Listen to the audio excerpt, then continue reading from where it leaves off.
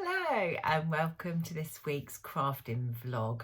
Lots going on in this one today. I've been all over the place with projects. I've also had a bit of downtime one weekend where I just, when you lose that creative mojo, probably because I'm trying to fit too many projects in at once. But yeah, I lost my mojo a bit a couple of weekends ago.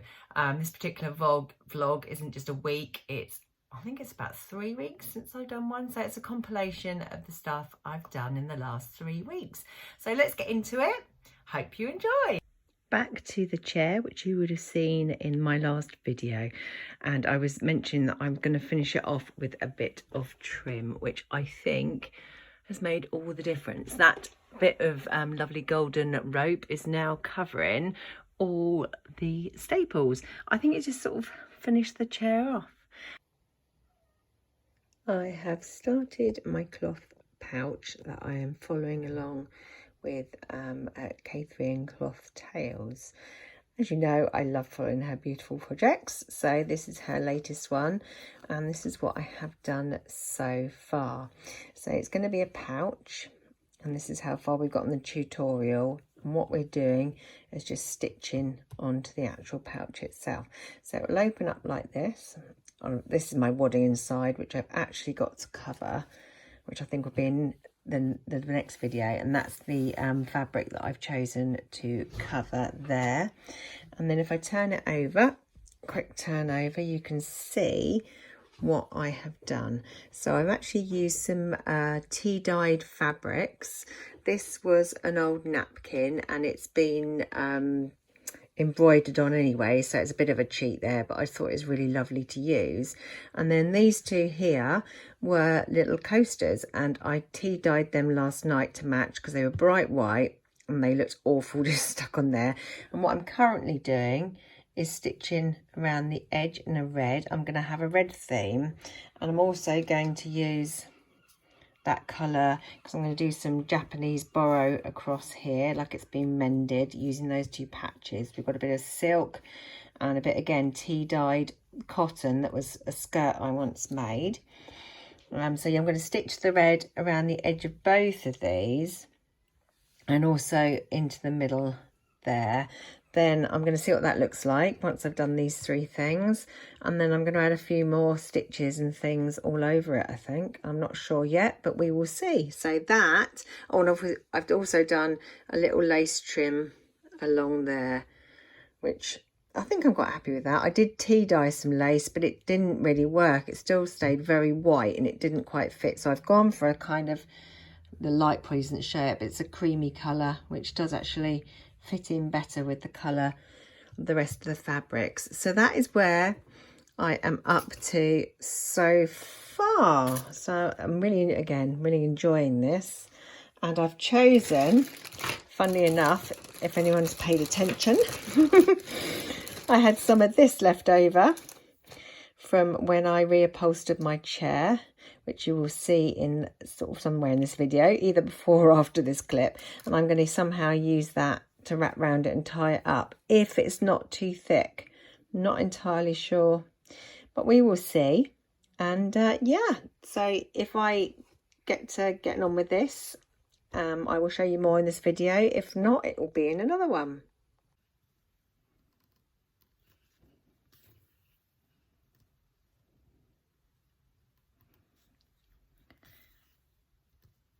Having done the patchwork for the coverlet of comfort last week, last week, and not been very good at whip stitch because I made such a big piece. I got practicing with it and I'm not too bad now, and I'm actually really enjoying the stitch.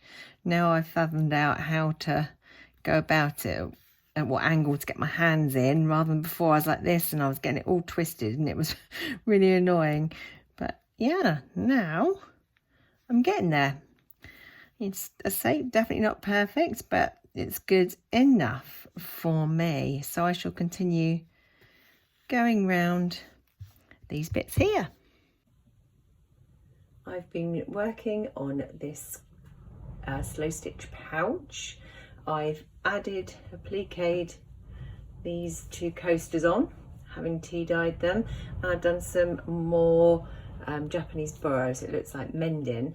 I've changed it around a bit because I did have some lace on the outside, but what I've done now, if I fold it up, I'll show you what it now looks like. So on the inside we have got the lace going along there now with some red thread. We've got a bit of Japanese burrow, and then we've got the appliqued coaster with some round stitching in the middle here. And then when it closes down, it looks like so. So it looks like it's got a little mend there.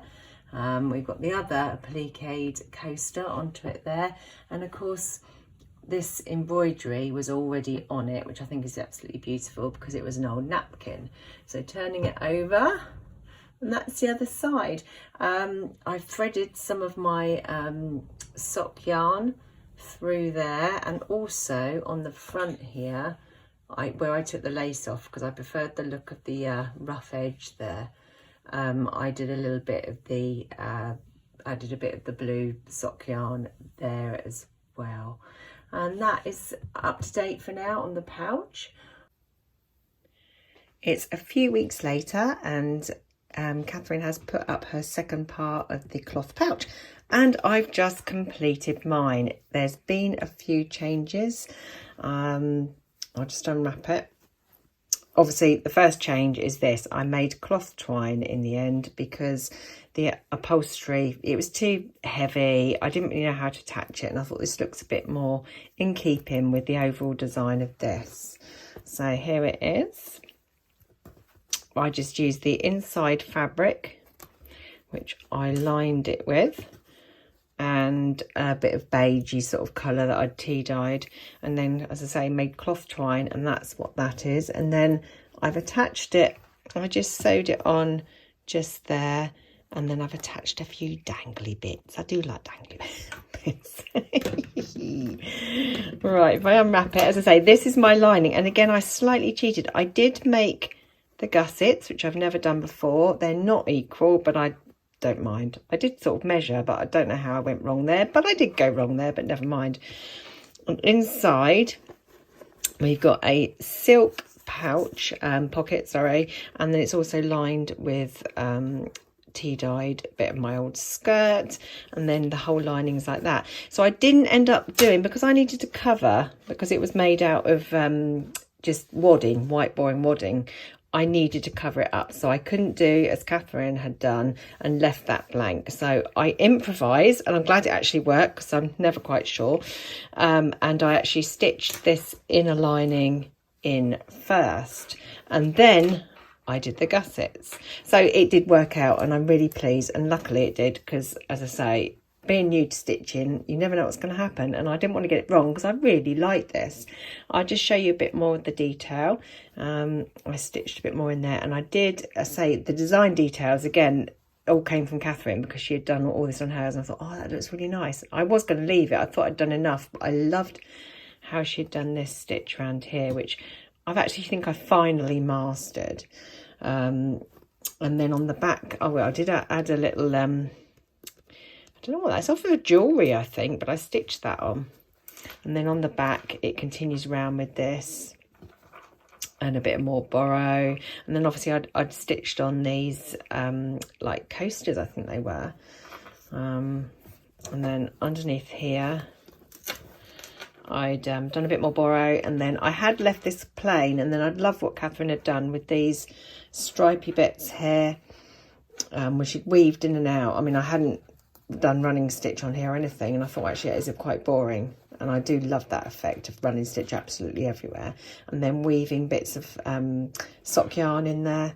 Yeah, and that is that. And now all I have to do is fill it up, because I'm off on holiday, so I can put one of my stitching projects in it, and yeah, fill it up with pins and things. So yeah, love that project.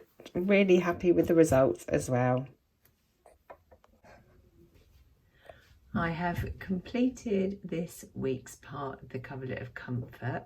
I've now added on my light and shade circles. They're all basted on, so that's what I've been up to for the last few days, just getting that sorted. yes, I shall look forward to doing some slow stitching on top of it. Week 3 of the Coverlet of Comfort for September is up to date. I have done all the stitching around the outside of the circles. I've done exactly what Catherine K3N Cloth Tales has done on hers. I cannot do the knotted stitch. Why do I forget these things? French knot. I cannot do them. I find it really hard to like get it really tight and hold it in the right place. They end up with big loops in. Oh, I don't think that focuses like you can see there. But I suppose it's all about practice, isn't it? So one day I might be able to do them. Anyway, that is it for this week on the Coverlet of Comfort. This is the final week for September's Coverlet of Comfort, and I'm gradually going around the circles with running stitch. I've only got 1, 2, 3 left to do, and then I can fill in between. And I have done this side, so that's what it does actually look like. So I've gone all around the circles there, and then I've filled in the gaps. I really like that. It makes these inner circles pop out. So I'm going to be finishing that, and then that will be done, and then we're starting on October's on this coming Wednesday, which I'm excited to find out what it's going to be about.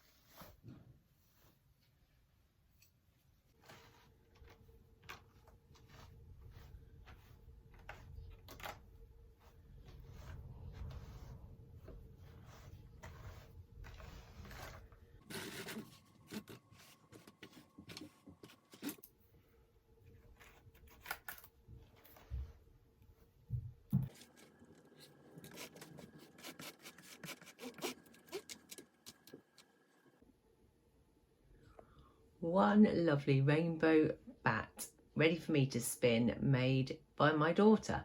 Well, mostly I had to finish it off because she said her arm ached. Bless her.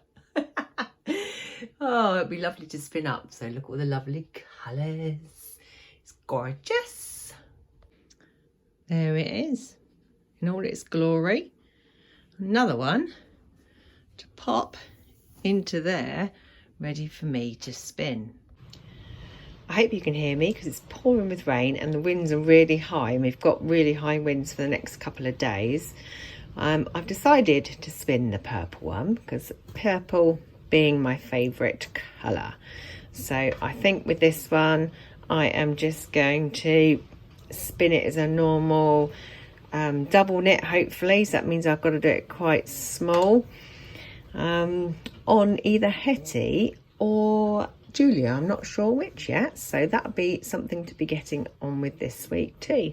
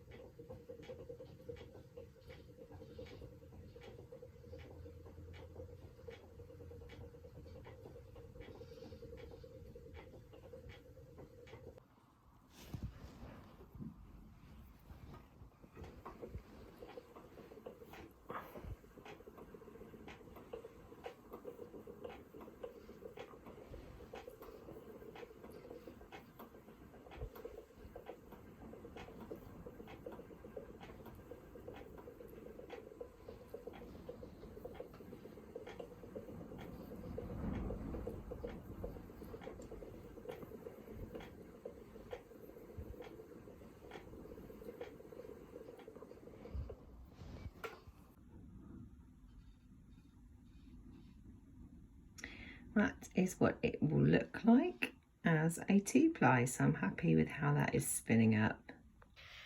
So this art bat is quite dense, and I think it's got quite a few shorter fibres in, because when I pull it apart it's coming off in sort of shorter lengths.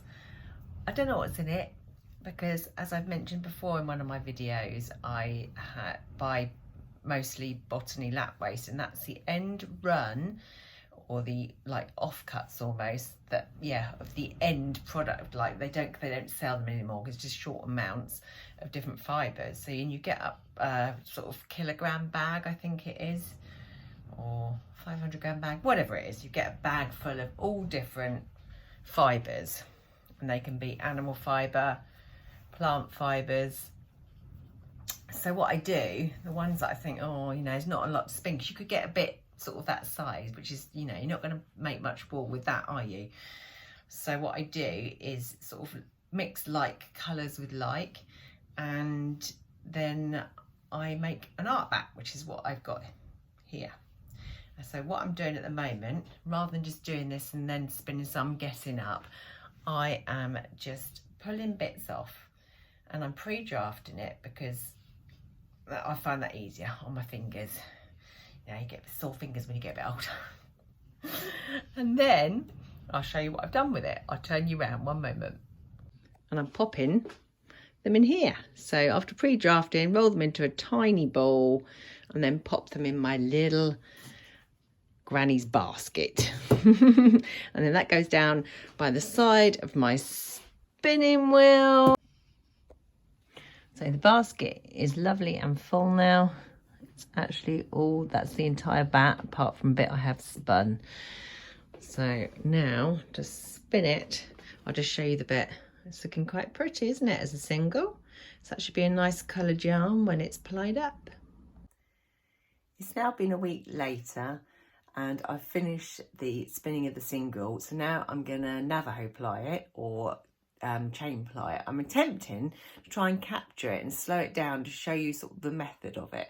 I won't go into a tutorial, because I don't think I'll be any good at that, but just so you can kind of see how it works when you Navajo ply. I'll turn you around, and then you can get to see what I'm up to. Here's the single spun, and it's ready on the Lazy Kate, and I'm just going to start spinning over here. So I'll get set up, and we will try and show you Navajo plying. So Navajo plying, you basically use your one single to ply. Normally you'd have two or three on your Lazy Kate, and then you'd have a 2-ply or 3-ply. Well, this will be a 3-ply, just using this one single piece of yarn. Just to start with, it's a bit hard. I'll have to hold it one-handed. You need to start with a loop, because what you do is continuously thread this one here through a loop. So I'm going to try and show you. So I'll just set the camera up to be able to do that.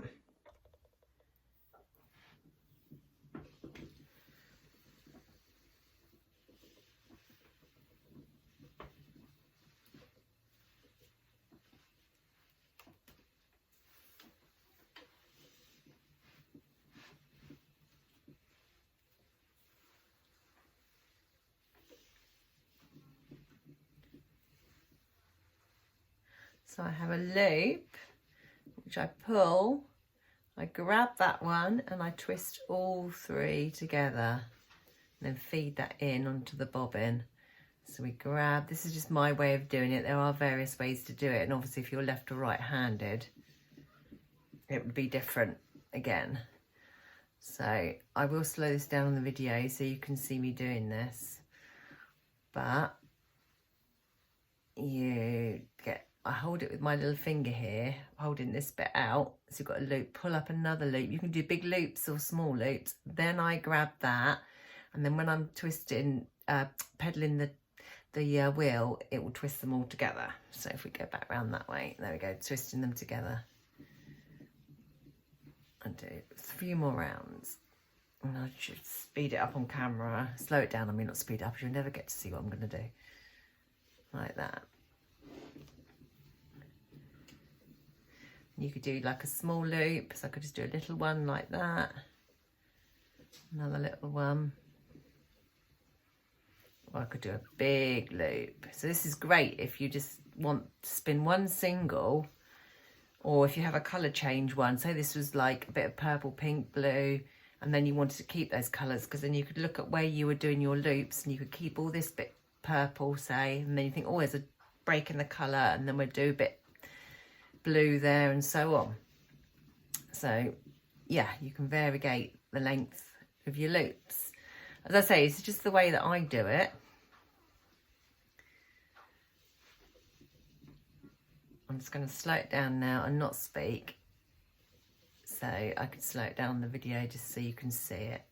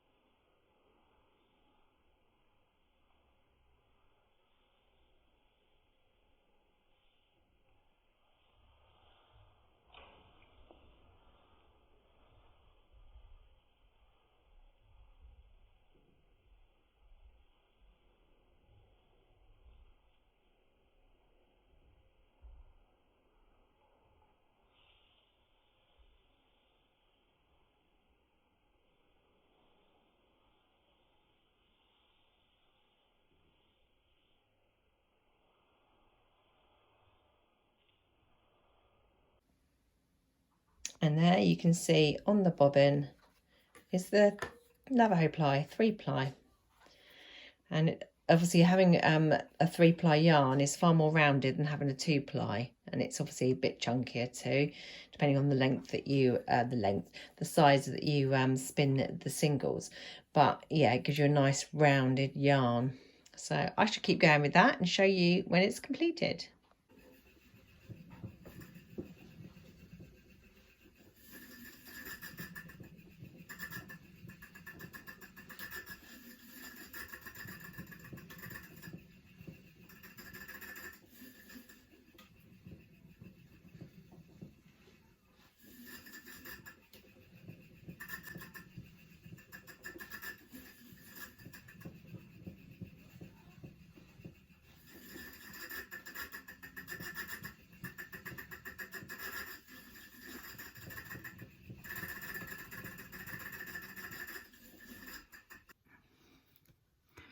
So this yarn actually works out,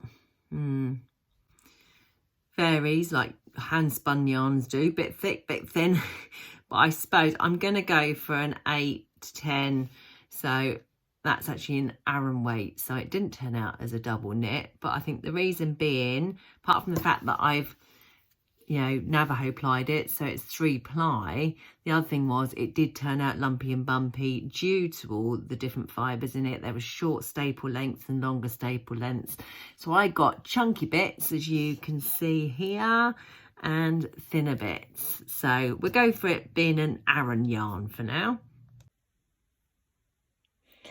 I have set the twist by washing it in water and leaving it to dry. It's quite soft and didn't turn out too bad. Goodness knows what I'm going to knit with it, but or crochet with it, either or weave with it, of course, one of them. But that's another one to add to the pile. This week I've also finished a little tiny meditation scroll made up of tiny little scraps and then a few rows of running stitch. I love making these. I think they're absolutely lovely and they're so tactile to unroll and just have a look at. I think they're really, really beautiful. I have my little pouch here, the cute little fox on, and in it I've chosen my next meditation scroll. I have quite a few of these made up, ready to just pick one. My son picked this one for me. So I'm going to be stitching next on this one, like so. God, this is an extra long one, I think. Oh, and it keeps on going to the end. And I keep it in this pouch with a load of scrappy ends and my needle threader and some scissors and keep it all together, take it with me, and I can just stitch when I go.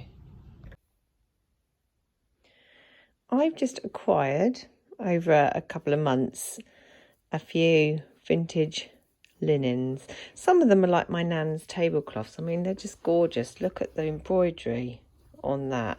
Absolutely lovely. And I've just received this one through the post today. It's got some really gorgeous items in there, again all embroidered. But I'm looking and I'm wondering, because I'm new to this stitching malarkey, I don't want to make clothes because I've never made clothes. Well, I've made a skirt once, but I'm not really into making clothes with old linens.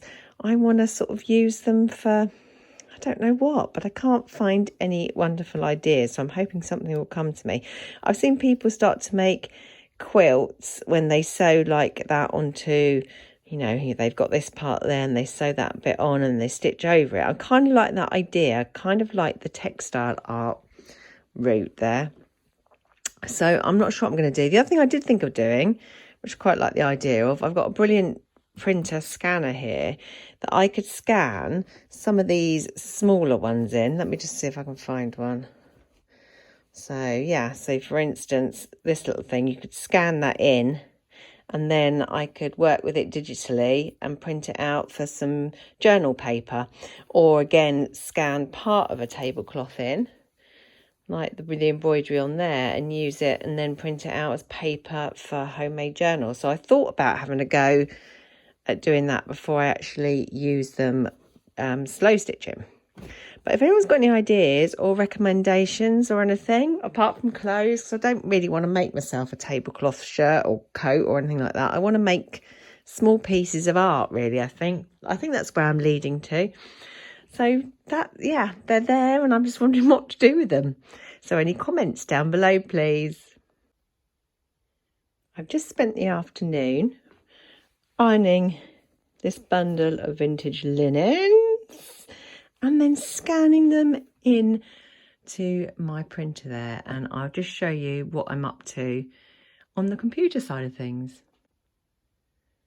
I've actually scanned them in and put them into Procreate onto my iPad. What I'm going to do, I'll just open a couple up. One I particularly like, this lace doily. I hope you can see that okay. It's come out really gorgeous. What I'm going to do is go through them all and I'm going to adjust them slightly, and I'm going to make them into papers. And when I've done that, well, let's get a couple of my favourites.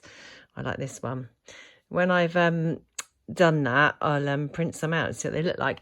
But I'm going to, like, for instance, on here, I'll probably get rid of that stain. And maybe a couple of stains over here, blotches. I don't know, depends, because obviously I like to keep the, I don't know if the camera will pick it up, but I'd like to keep the actual grain of the linen in there.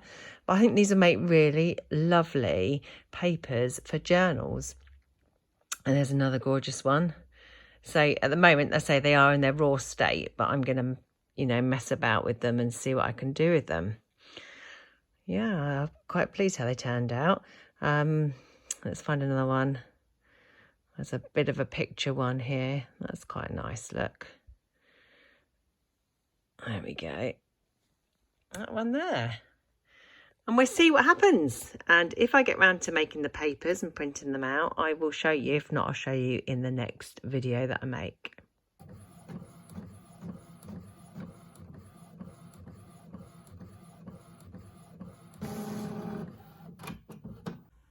I managed to print out some of the papers. I scanned in the linens and then I worked on in Procreate, changing them around a bit. Didn't have to do an awful lot. I just had to sharpen a few and get rid of some of the backgrounds. So here are a few of them and I'm really quite pleased with them. I think they're lovely. I don't know if the camera will pick it up, but I love the way that, you know, you can still see the actual linen detail and you can see the creases. I think that gives a brilliant effect to the papers. These papers I will be using in my junk journals. This one here, I actually cut out the sides and then I went round with an ink pad, giving it a bit more definition. And I love that. I'm just going to fold it over because to make a journal page, I think that's beautiful. That's really lovely. I do really like that. These have turned out lovely as well. They actually look, I don't know if the camera will pick it up, but they actually look like, you know, it's actually stitched, I think. This one didn't turn out quite right in colour, but again, I'm not really fussed because no one knows what the original looked like anyway. The point is you can see the individual stitches. Another one. It's just like plain, but again, you can see the print of the linen and the little marks, and I love that. I absolutely love it. And these were the like doilies. I ended up zooming in on them rather than doing a small doily because I thought it wouldn't really look right. So I zoomed right on into the doilies. And that one there was my favourite one. Really like that. It looks really lacy. So again, I'm just fold this one ready for a journal. I mean, I can also tea dye it too. So then when I use the blank side, at least it's looking a bit more vintage and old. It's not looking quite so fresh. But again, I think that's really lovely. And the last two are ones that I worked on a while ago, with just digitally making up my own paper designs. They're a bit more funky and bright, but I thought I'd show you those as I was printing these ones out. We have this one here. It's just got like old-fashioned English roses and then some drawings, a sort of detail of, not microbes, something like that. It was something real close-up things. Oh yeah, that's that one. And then there's that one with just some flowers and some music paper. It's like, you know, to experiment and see. And again, this can be, when put in a journal, you could tea dye it so it wouldn't be quite so vibrant. But again, yeah, brilliant. So I thought I'd show you those. I'm really pleased with the linen ones. I think they're excellent. I've still got more to work on with those, but I just thought I'd print a few out just to show you what can be done. I've been a bit quiet this kind of weekend. I've been reading books and not really into much creativity because I kind of lost my mojo. But I did make this little thing, which it looks a bit like a coaster. It worked quite well. It's about the same size as the coaster there.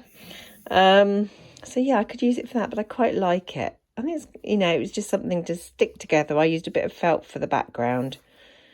And I thought I'd just stitch and stitch and stitch, but I quite like it. But what to do with it, I don't know. I suppose it could be a little mini wall art, maybe. Or I could put it in my stitch journal, which is this one up here.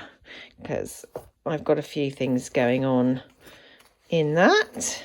So I could pop it. Let's find a page. There's a bare page. Let's see what it looks, if it fits all right. I could pop it into there, actually. Oh, it kind of fits. Not too bad.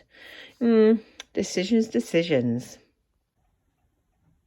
Update on the purple socks. I've just literally completed one. So, yeah, happy with that. I do find with socks, because I'm not a knitter, I've literally only knit socks and scarves, that's all I can cope with. I end up with sometimes a hole on one side here when I'm sort of gathering the stitches back up from the heel, but the other side's all right. And I definitely down the, so you can even see a bit when I've had to sort of patch it in there, like a hole on either side when because I at the end to get to the toe I switched to, from the circular needle I switched to another circular needle, but not all in one. It's got two sides, so I have to split the stitches. So then I end up having a bit of a hole there. I could try and pull them tight, but I always get a little ridge there, which I then have to kind of like cover up. I mean, you can't see it, can you now? But yeah, I'm really pleased with the colour. They're super soft and lovely and warm. But yeah, if you're a knitter, then do let me know. Give me some advice on how to not get gaps in the toe, and also when you're joining up the heel here, because I'd love to know how to do it perfectly. But to be fair, if I get something that looks like a sock, then I'm happy, because I really struggle with knitting socks, even though I really enjoy it. Anyway, on to the next sock. On the list for this weekend is dyeing this dress. I really like it. It's 100% cotton. I like the style of it. It looks all right on me, I think, but the orange doesn't. I've never worn orange. I'm not keen on orange. So I've decided to dye it with this, and it's plum red. And you just put this in the washing machine. I've never done anything like this before because things have come on in my time, you know. I normally just shove it in a pan of hot water with some colour. So we're gonna, yeah, dye it plum red. So if it turns out all right, I'll show you what it looks like. So the dress took approximately 10 hours to dye in the washing machine. So that was a bit of a disaster because that to me is far too long.